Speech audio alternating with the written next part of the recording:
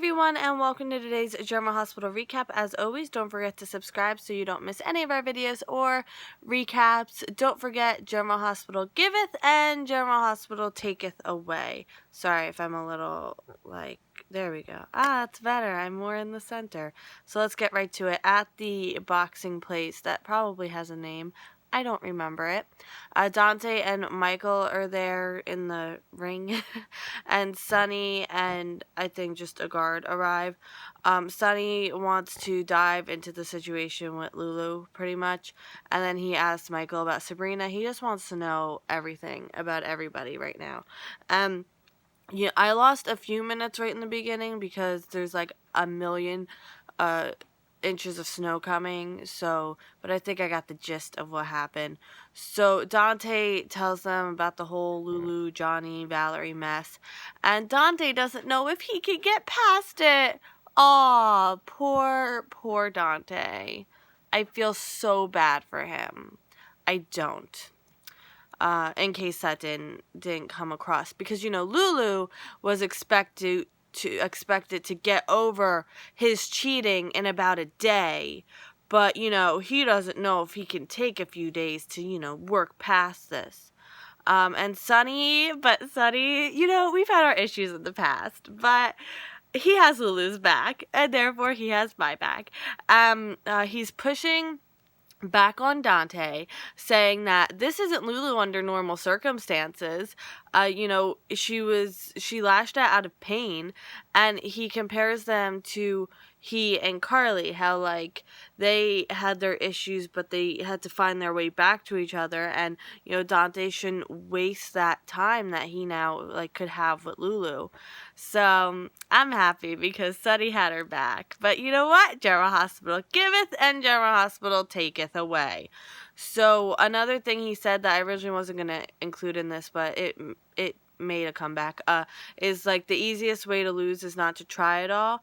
And I think that's going to be a theme that we're going to see. And Sonny's frustrated by Dante throwing away his marriage. I'm frustrated too. And he speaks then he talks to Michael, and he speaks to the heart about overcoming and doing things you don't necessarily want to do to get where you want to be. He compares, he doesn't want to be in the gym working on his exercises, but he knows he has to in order to get where he wants to be.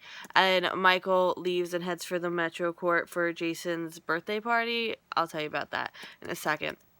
So at Lulu and MAXIE'S, Laura comes over. She wants to know what's going on, and Lulu kind of breaks down, and she tells Laura everything.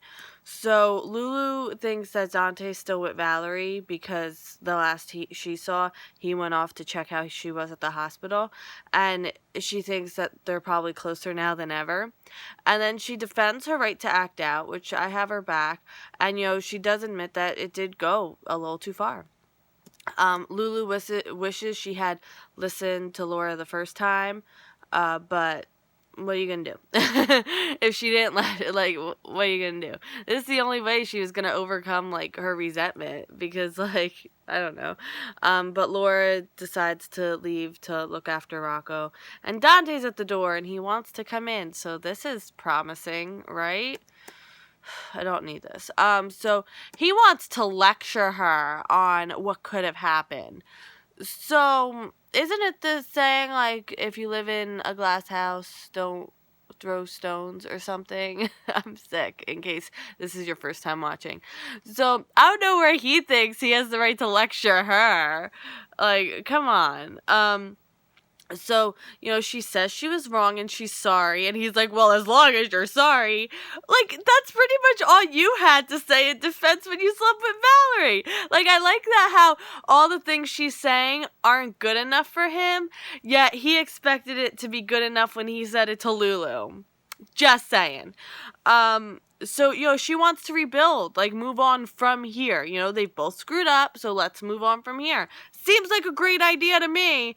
And she says she did everything she did because she loves him and she wants to save their marriage. Which is true. She didn't do it just because, it's not like she did, I don't have to explain it to you.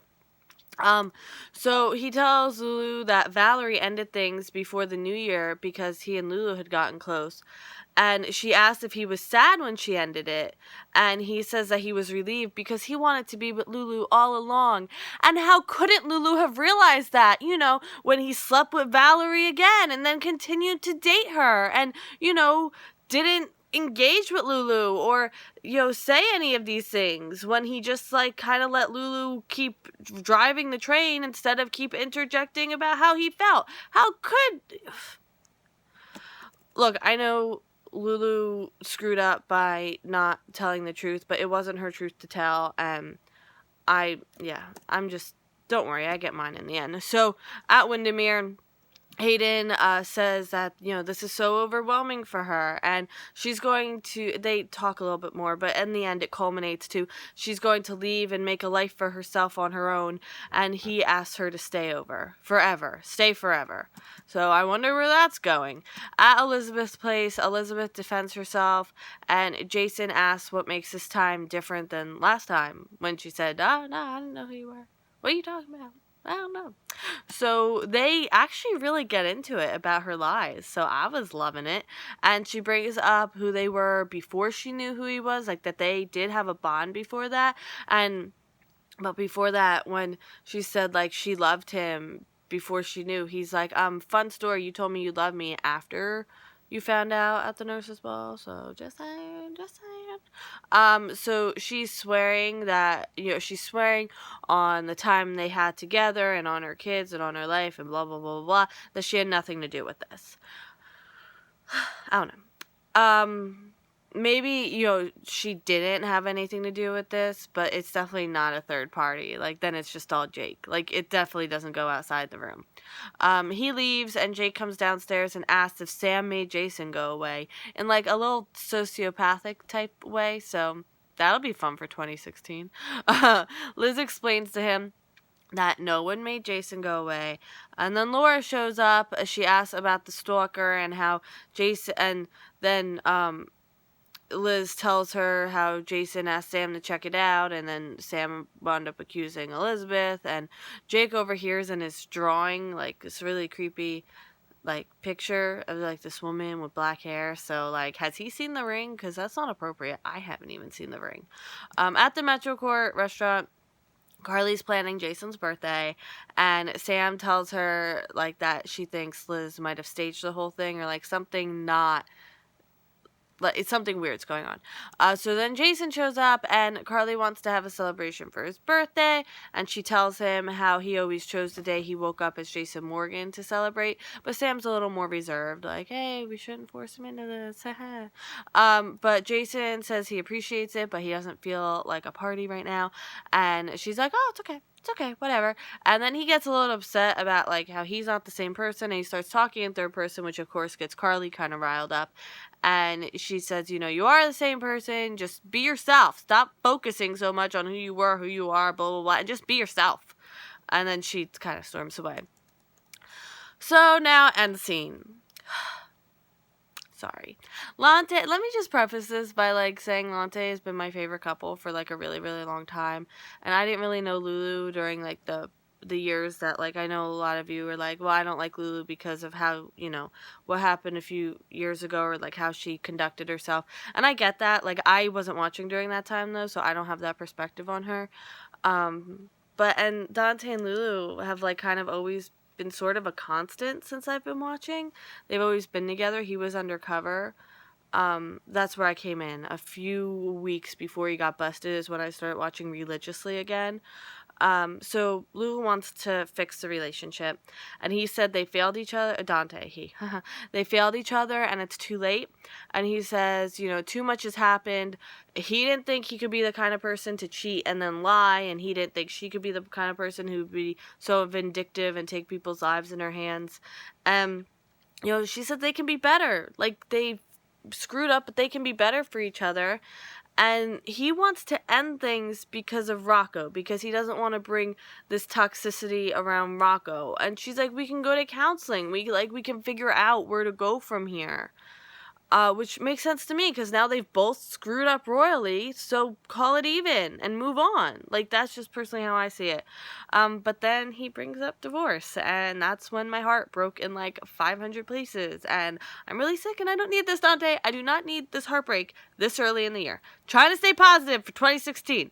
Falconary, you're not helping.